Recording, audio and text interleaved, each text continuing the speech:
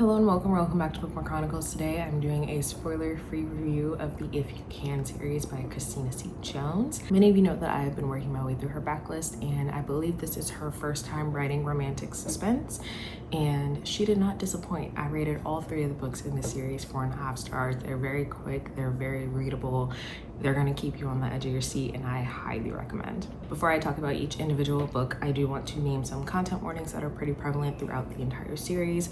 There is death of a parent, mention of sexual assault that happens off page, violence, murder, and kidnapping. The first book is called Catch Me If You Can, and this one we're following Marcus and Naomi. Naomi is a pretty famous thief, and when we first see her, she is on the run in Paris after stealing some diamonds. And Marcus happens to be an FBI agent who is trying to track her down. They do end up having a chance encounter, and then later on are sort of in a forced proximity situation. So if that is a trope you like, along with enemies to lovers and workplace romance, then I definitely recommend. I really liked both Marcus and Naomi. Both of them do have some unresolved trauma that they start to realize while they are interacting with each other, but overall I like them both. They both did piss me off at certain times, but most romance characters do, so take that with a grain of salt. The second book is called Release Me If You Can, and this one we're following Quentin and Renata. Both of them are hackers, and these are all interconnected. So Renata works on the same team as Marcus in the FBI, and Quentin works really closely with Naomi.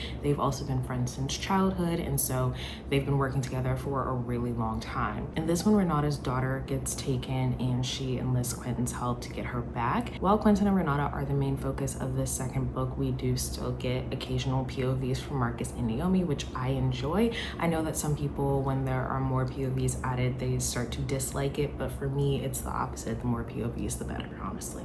I really liked Renata. I like her as a person. She's the kind of person that I could be friends with. I didn't like Quentin. From the very beginning, there were certain things where he seemed kind of aloof to what was going on, and I'm just like, for someone so smart, you can't possibly be this dumb. And he doesn't grow on me in the end. However, that did not affect my rating. I still rated it 4.5 stars. I still really enjoyed it. I just don't really like him as a character. The final book is called Save Me If You Can, and in this one we are following Inez and Kendall. I believe they met on a job and are both CIA. Inez is also a close friend of Naomi's. So while we have them, I wouldn't necessarily say that they are the focus of this third book because there are so many other things going on. We do get POVs from them. However, there is a fourth couple that kind of gets introduced in books 2 and 3. I'm not gonna say who because I don't want to spoil anything. And we also still get POVs from our 4 previous characters, as well as a few surprises from other side characters who have been in the background of the entire series, but we're starting to learn that some of the things in the past may not have happened the way we originally thought. So that's all that I'm gonna say. I do highly recommend that you read it. I really enjoyed it. I listened to the audio, which I found on Hoopla, but I also believe that it is available on Spotify.